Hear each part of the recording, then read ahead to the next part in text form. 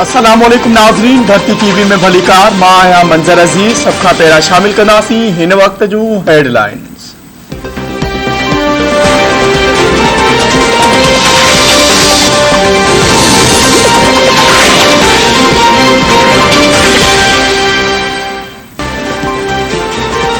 मुस्लिम league नून, peoples party ऐं ॿियनि इत्तेहादी पार्टियुनि नए नेब चेयरमैन जे नाले ते इत्तफ़ाक़ करे वरितो।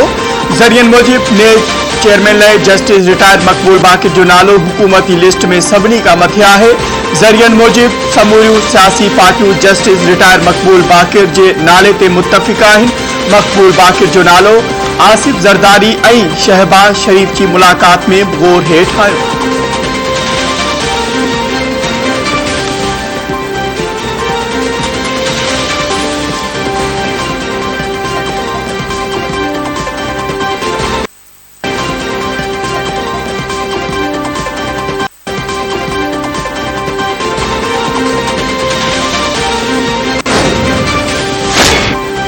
IMF सां स्टाफ लेवल मुआहिदो जून में थी वेंदो। मुआहिदे खां पोइ बोर्ड लेवल मीटिंग थींदी, जंहिं बैदि पैसा मिली वेंदा। नाणे वारे वफ़ाक़ी वज़ीर मिफ्ता इस्माइल चयो आहे त IMF खे $5 अरब जो चयो आहे।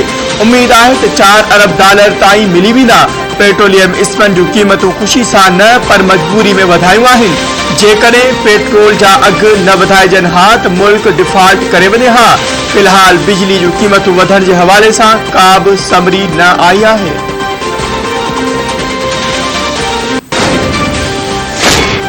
अवाम महांगाई में पीड़ियल आहे। ग़रीब ख़ानदान रुली विया आहिनि। वज़ीर आज़म शहबाज शरीफ मीडिया सां ॻाल्हाईंदे चयो आहे त माण्हुनि वटि हिकु वेले जी मानी तोड़े इलाज ऐं दवाउनि लाइ बि पैसा न आहिनि। माण्हू बेरोज़गार आहिनि ऐं महांगाई आसमान सां ॻाल्हियूं करे रही आहे। दिल ते पत्थर रखी पेट्रोल जा अघ वधाइण जो फ़ैसिलो कयो। हुन माहवार 28 अरब रुपया क़ौमी ख़ज़ाने मां माण्हुनि खे सब्सिडी ॾिनी।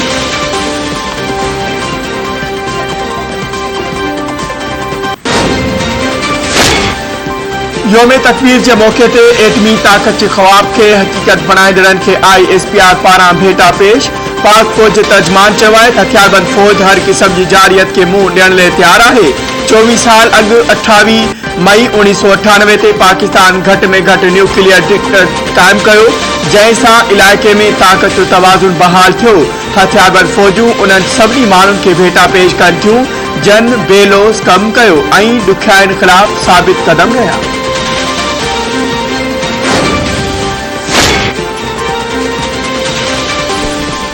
इस्लामाबाद में लॉन्ग मार्च दौरान अमन अमान की सूरत हाल खराब करण ते इमरान खान ऐं ॿियनि ख़िलाफ़ 16 केस दाख़िल।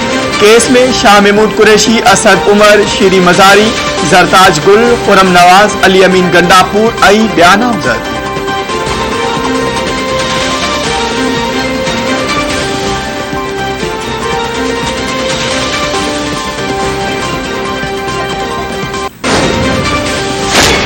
सिंध के वडे वजीर सैयद मुराद अली शाह की सदारत हेठ सेहत बाबत इजलास। सेहत वारी वजीर डॉक्टर नज़रा पेचू हो।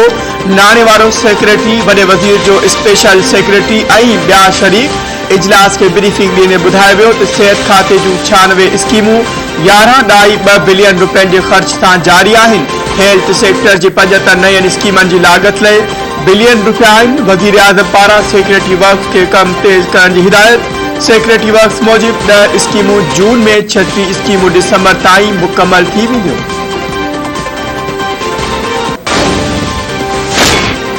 मुल्क के अक्सर इलाइक़नि में मौसम गरम ऐं खुश्क। मौसमियात खाते जो चवणु आहे त पंजाब ऐं सिंध के मैदानी इलाइक़नि में मौसम सख्त गरम रही।